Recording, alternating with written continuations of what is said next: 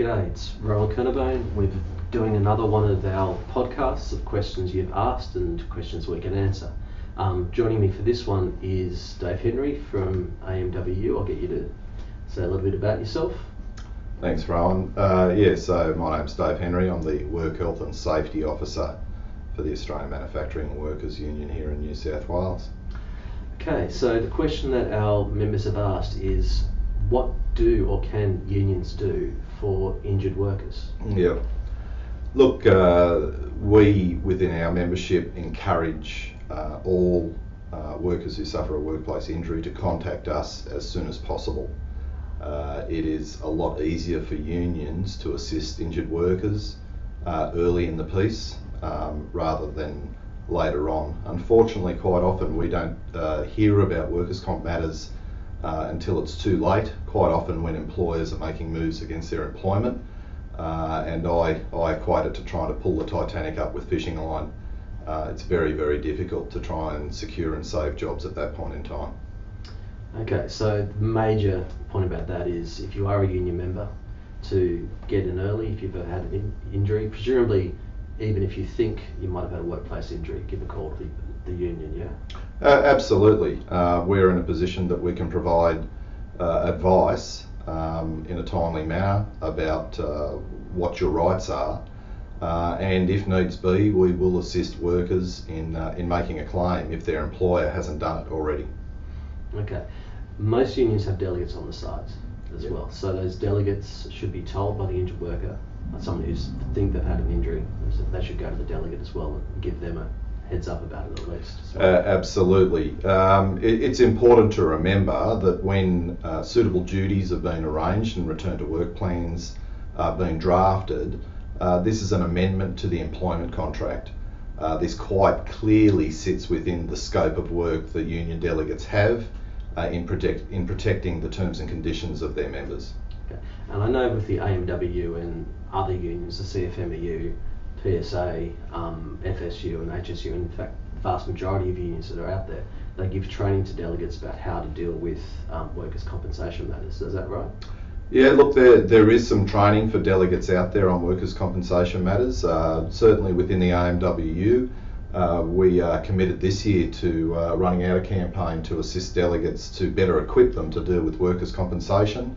I think certainly for all of your members, they would appreciate the complexities of workers' compensation, and it can be very difficult, and delegates are in the same boat, and they need that training and support so that they're best able to assist injured workers. Okay.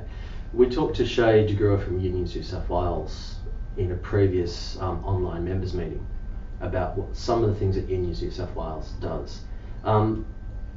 It's right in saying that your union and other unions around actually work together to make it better for any injured worker as well, don't they? Absolutely.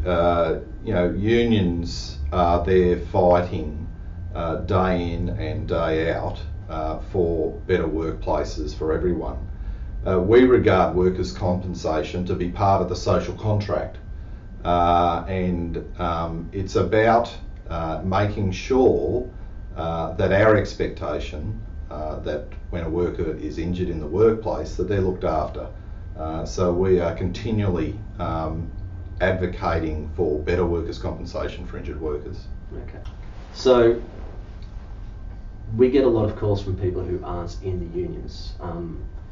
We are a reflective society of 18 to 20% of our members are in the unions, and we certainly get a lot of referrals from unions, and we talk to union organisers and union delegates on a daily basis. But we get people who aren't in the union who in truth regret not being in the union before their injury and either join afterwards or ask me, can they join?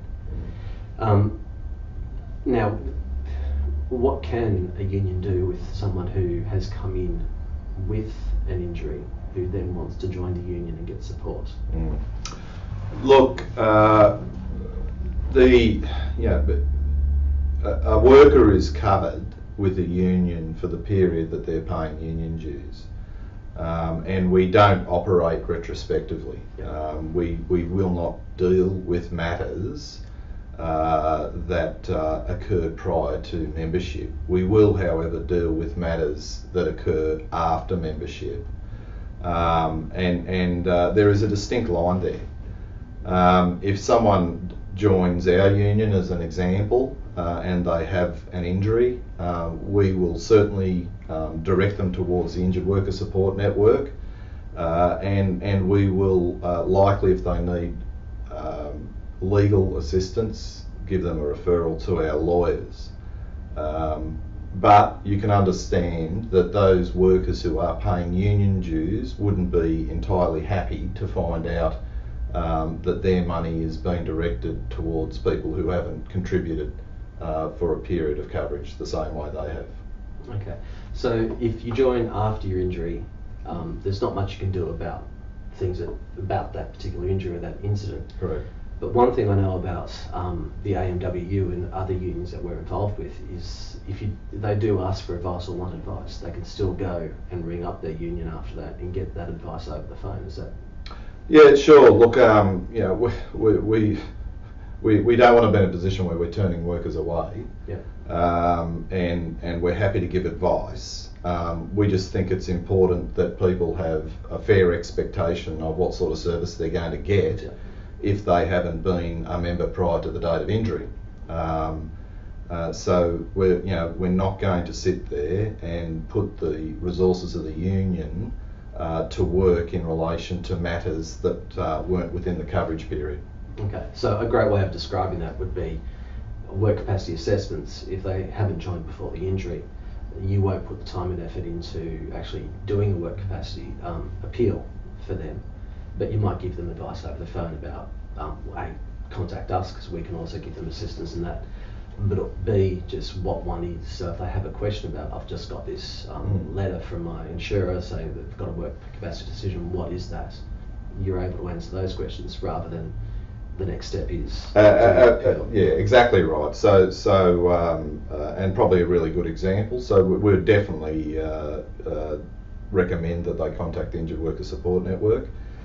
But the union is not going to put resources into doing the work capacity review in those circumstances. Okay, but as soon as they join, and it differs for each union, but as soon as they join, they get full access for any events that happen after that. Yep. So any issues that occur post the time they join, they're then covered, and they would be able to access those resources. Okay. Yep. All right. That changes for each union, by the way. So there are some unions, like my own union, the ASU, have a 3-month probationary period.